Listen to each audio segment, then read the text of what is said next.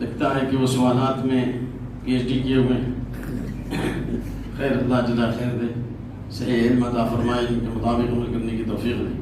بسم اللہ الرحمن الرحیم، الحمد للہ والصلاة والسلام علی رسول اللہ وعلی آلہ وصحبہ وآلہ. رب اشرح لي صدري ويسر لي امري واحلل عقدة من لساني يفقهوا قولي. رب زدنا علما، اللهم انفعنا بما علمتنا وعلمنا ما ينفعنا وزدنا علما. ہمارے بھائی نے سوال کیا، السلام علیکم ورحمۃ اللہ وبرکاتہ. وعلیکم السلام ورحمۃ اللہ وبرکاتہ. پہلا سوال ہے کہ کیا رفع الیدین منسوخ ہے؟ یعنی کیا رفع الیدین کا حکم منسوخ ہو چکا؟ منسوخ اس حکم کو کہتے ہیں جو پہلے تھا لیکن بعد میں منع کر دیا گیا. پہلے والے کو منسوخ بولتے ہیں اور بعد والے کو ناسخ بولتے ہیں. تو کیا رفع الیدین کا حکم پہلے تھا بعد میں منع ہو گیا جس کی وجہ سے یہ عمل نہیں کیا جاتا؟ پھر مزید کرتے ہیں رفع الیدین کب کب کرنا چاہیے اور کیسے. پھر اس کے بعد مسلسل سوالات کی بارش انہوں نے کر رکھی ہے. تو پہلی بات یہ ہے کہ رفع الیدین منسوخ نہیں ہے، اس لیے کہ اگر رفع الیدین منسوخ ہوتا یا اس کا ڈیٹ ایکسپائر ہوا ہوتا تو نبی صلی اللہ علیہ وسلم کی وفات کے بعد بے شمار صحابہ ہیں جو رفع الیدین کی حدیث نقل کر رہے ہیں.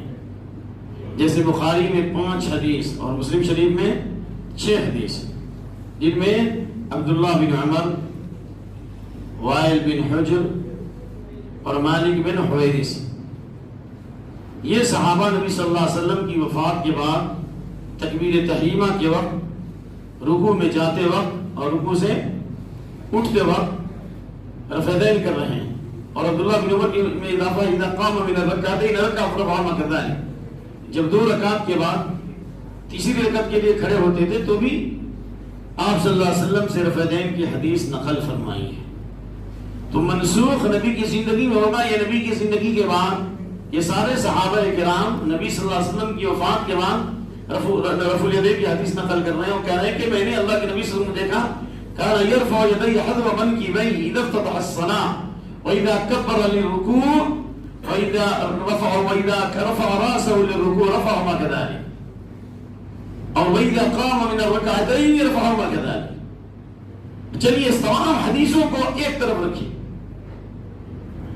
اگر صرف اسی حدیث کو لے لیجیے کہ مالک بن حویرث جو احسا کے علاقے سے آئے تھے، مالک بن حویرث بحرین جس کو احسا کہتے ہیں آج، اور انہوں نے نبی صلی اللہ علیہ وسلم کی وفات کے بعد کہا انی لأصلی بکم صلاۃ رسول اللہ صلی اللہ علیہ وسلم، میں تمہیں رسول اللہ صلی اللہ علیہ وسلم کی نماز پڑھ کے بتانا چاہتا ہوں. یہ کون کہہ رہا ہے؟ مالک بن حویرث. اور یہ وہ صحابی ہے جو آخری زمانے میں نبی کے پاس آئے تھے صلی اللہ علیہ وسلم. میرا ارادہ نماز پڑھنے کا نہیں لیکن میں نماز پڑھ کے بتاتا ہوں. عمر بن سلمہ روایت کرتے ہیں. اور انہوں نے تکبیر تحریمہ کے وقت فیض کیا اور رکوع میں جاتے وقت اور رکوع سے اٹھتے وقت اور کہا میں نے اللہ کے نبی صلی اللہ علیہ وسلم کو اسی طرح کرتے ہوئے دیکھا. نمبر 2، یہی وہ مالک بن حویرث ہیں جو نبی صلی اللہ علیہ وسلم کے پاس سن 9 ہجری میں آئے اور آپ کے پاس 20 دن قیام فرمایا. کہتے ہیں وَقَمْنَا عِنْدُ 20 لَيْلَةً، ہم 20 دن ہم نے قیام کیا. وَكَانَ رَحِيمًا شَفِيقًا، اور آپ بڑے مہربان تھے، شفیق تھے. آپ صلی اللہ علیہ وسلم نے قد سالنا عمن ترکنا من ورائنا، آپ نے ہمارے بال بچوں کے بارے میں پوچھا، تمہارے کہاں سے آئے ہو، کیسے ہو، بال بچے کے لیے پوری تفصیل. تو آپ نے فرمایا، ذرا یہ حدیث کو غور سے سنیے، ارجعوا الی اہلیکم، جاؤ اپنے گھر والوں کے پاس. 20 دن میں چھٹی مل گئی اور کہا فقیموا فیہم، انہیں کو ٹائم دو. یہ نہیں کہ یہیں سے نماز پڑھا کر کے تمام ساز و سامان لے کر کے تشکیل کر دیا چلے جاؤ بحرین سے دوسرے ملکوں میں سفر کرو تو مبلغ بنا کر. نہیں، آپ نے کہا 20 دن کے بعد اپنے گھر والوں کو ٹائم دو، وہیں پر رکنا. نمبر 1. نمبر 2، علموہم، ان کو تعلیم دینا. نمبر 3، ومروہم، اور ان کو بھلائی کا حکم دینا، برائی سے روکنا. نمبر 4، آپ نے فرمایا فَإِذَا حَضَرَتِ الصَّلَاةُ، سفر کے اندر جب نماز کا وقت ہو جائے فَلْيُؤَذِّنْ أَحَدُكُمْ، تم میں سے ایک آدمی اذان دے گا. وَلْيَؤُمَّكُمْ أَكْبَرُكُمْ، جو تم میں بڑا ہے عمر میں وہ کیا کرے گا؟ امامت کرے گا. کیونکہ علم میں سب برابر تھے، قرآن میں سب برابر تھے، سنت میں سب برابر تھے. تو کہا جو تم میں بڑا ہو عمر میں وہ امامت کرے گا. اور آگے کیا فرمایا؟ صلو کما رأیتمونی اصلی. یہ حدیث مالک بن حویرث ہے.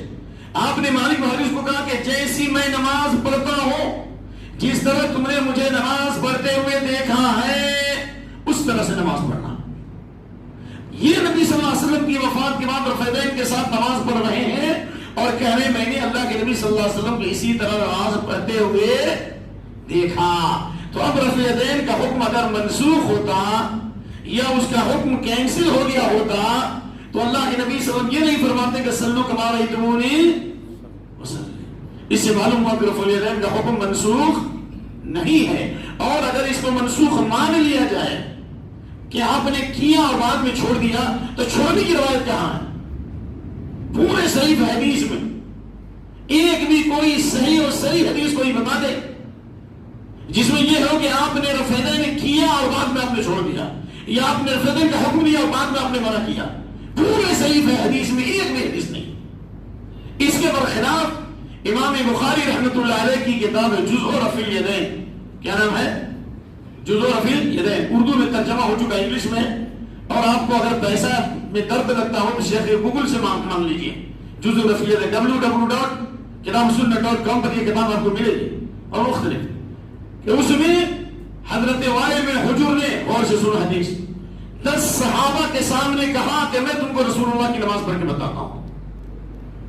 لمبی حدیث ہے، اس میں حضرت وائل بن حجر نے تکبیر تحریمہ کے وقت رکوع میں جاتے اور رکوع سے اٹھ کے وقت رفعین کیا اور ان 10 صحابہ نے کہا احسنت وصدق، تم نے سچ کہا، تمہارا عمل صحیح ہے۔ تو نبی صلی اللہ علیہ وسلم کے بعد 10 صحابہ نے رفع الیدین کی حدیث سن کر کہا کہ تم نے صحیح بات کہی، اگر یہ حدیث منسوخ ہوتی تو کیا 10 صحابہ لاحل تھے، جاہل تھے؟ سمجھ آئی بات؟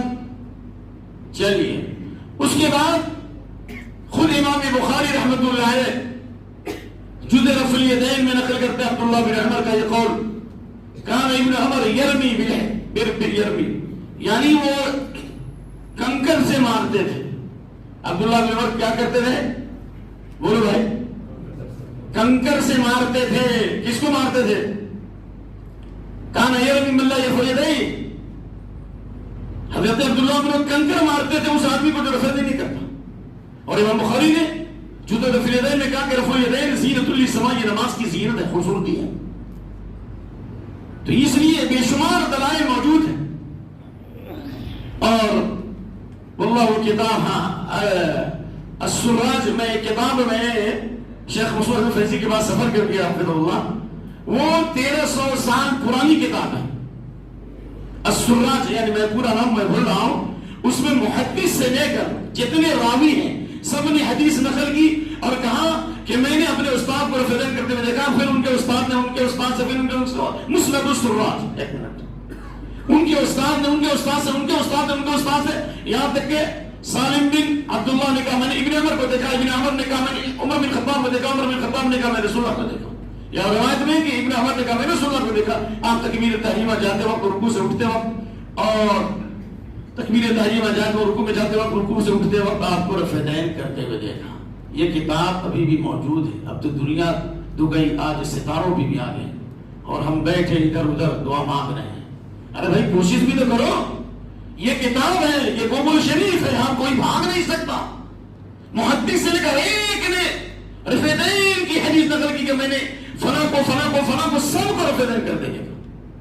اس لیے ہندوستان کے ایک مایناز محدث، حنفیت کے چشم شہاب اور 3-4 صدیوں میں اتنا بڑا محدث اور عالم طبقہ احناف کے پیدا نہیں ہوا، ہو سکتا ہو جائے، عبدالحی لکھنوی رحمۃ اللہ علیہ نے جی انہوں نے مختلف کتابوں میں ہدایت کی السعایہ، پھر شرح الوقایہ، اسی طریقے سے التعلیق الممجد علی مطبع امام محمد، یہ کہتے ہیں کہ وقایہ کی شرح نہیں بلکہ اس پر نقد ہے۔ وہ انہوں نے اپنی مختلف کتابوں میں رفعین کی حدیثوں کی تصویب کی ہے اور اس کی تحقیق کی ہے اور اس کی تائید کی ہے، یہاں تک کہ ہدایت کی تخریج علامہ ذیلی حنفی کی جو کتاب ہے حدیث سے متعلق، بہت بڑے حنفی عالم ہے، بلکہ کہا جاتا ہے ان کے بعد اتنا بڑا کوئی محدث پیدا ہی نہیں ہوا اب تک تخریج کے بعد میں، حدیث کی تخریج کے بعد میں علامہ ذیلی جیسا محدث، آپ لوگ شاید اس میں عیار کی گفتگو کو شاید آپ سمجھ پا رہے ہیں یا نہیں، علامہ ذیلی حنفی محدث جو تھے ان کے بعد علم و تحقیق کا جو ان کے پاس ملکہ تھا حدیث،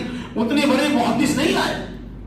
انہوں نے حدیث اور وطر سے متعلق جو بھی بات آنے والی تمام کے بارے میں اس کی تائید کی ہے جو محدثین کا مسلک ہے. اس لیے میری آواز انٹرنیٹ پہ بھی جائے گی. دنیا کو چیلنج ہے، ایک بھی حدیث چاہے بخاری میں، مسلم میں، ابو داؤد میں، نسائی میں، ترمذی میں، ابن ماجہ میں، دارمی، موطا میں، مالک میں، ان الفاظ کے ساتھ دکھلاؤ کہ اللہ کے نبی نے رفع یدین کیا اور بعد میں چھوڑا، یا آپ نے صحابہ کو منع کیا کہ اب تک میں تم کو رفع یدین کا حکم دیا تھا، اب رفع یدین نہ کرو، جبکہ آپ نے فرمایا تھا کہ میں نے تم کو قبروں کی زیارت سے منع کیا تھا، اب قبروں کی زیارت کرو کیونکہ قبروں کی زیارت سے آخرت یاد آتی ہے. ان الفاظ کی تو کوئی بھی اکثری حدیث پیش کر دو. ہاں وہ مسلم شریف کا سہارا لیں گے چاہے وہ مسلمانوں کے منہج میں ہو یا نہ ہو. عبد الرحمن بن سمرہ کی حدیث یا اسی طریقے سے بعض روایت جابر عبد الرحمن بن سمرہ وغیرہ کی حدیث کہ سرکش گھوڑوں کی طرح سے اپنے ہاتھوں کو مت ہلاؤ ظالموں. یہ وہ ظالم ظلم کرنے والے خود تو بدلتے نہیں. آپ لوگ یہ سوال کر کے مجھے جذبات میں لا رہے ہیں، آپ بعد میں کرتے.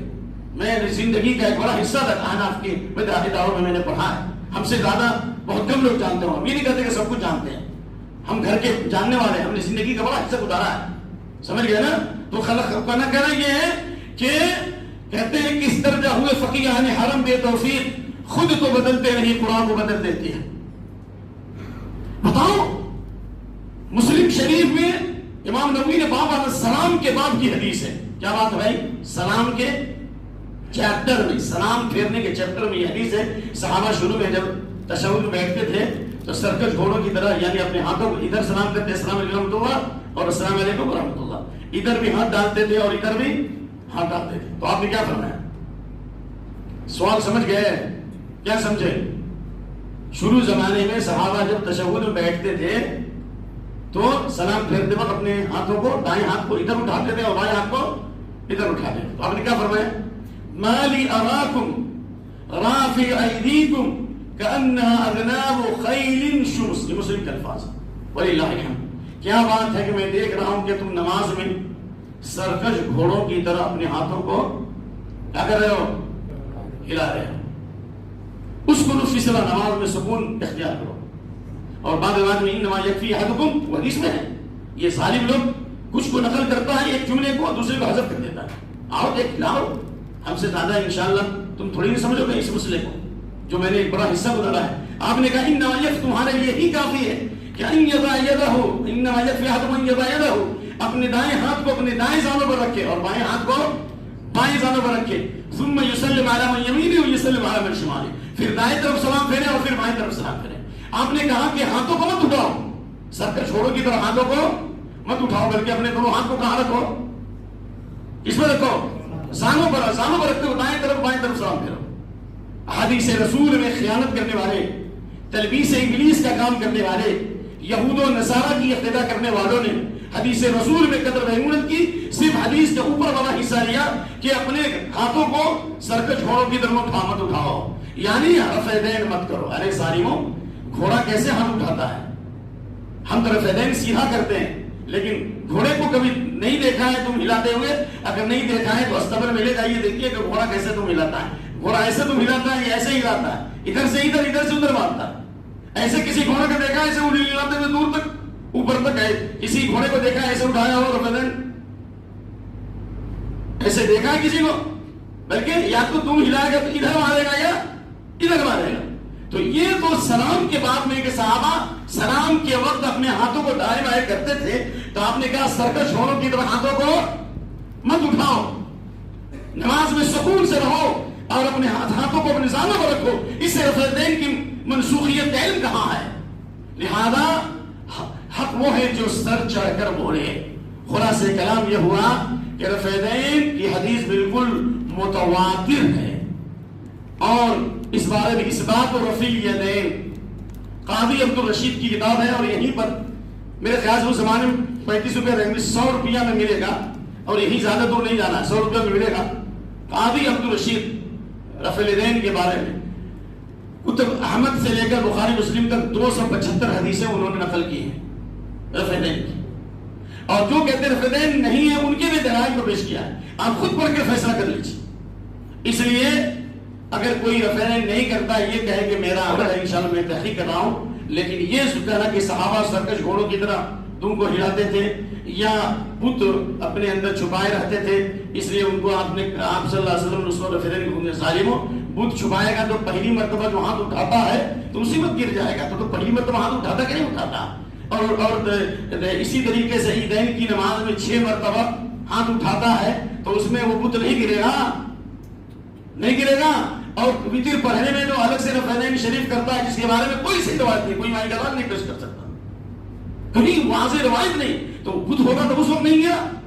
صرف اصل بت نہیں ہے، بت دل میں بیٹھا ہوا ہے۔ بت کہاں بیٹھا ہوا ہے؟ دل میں بیٹھا ہوا ہے۔ اس لیے پھول کی پتی سے کٹ سکتا ہیرے کا جگر، مرد نادر پر گلا میں نرم نازک ہے۔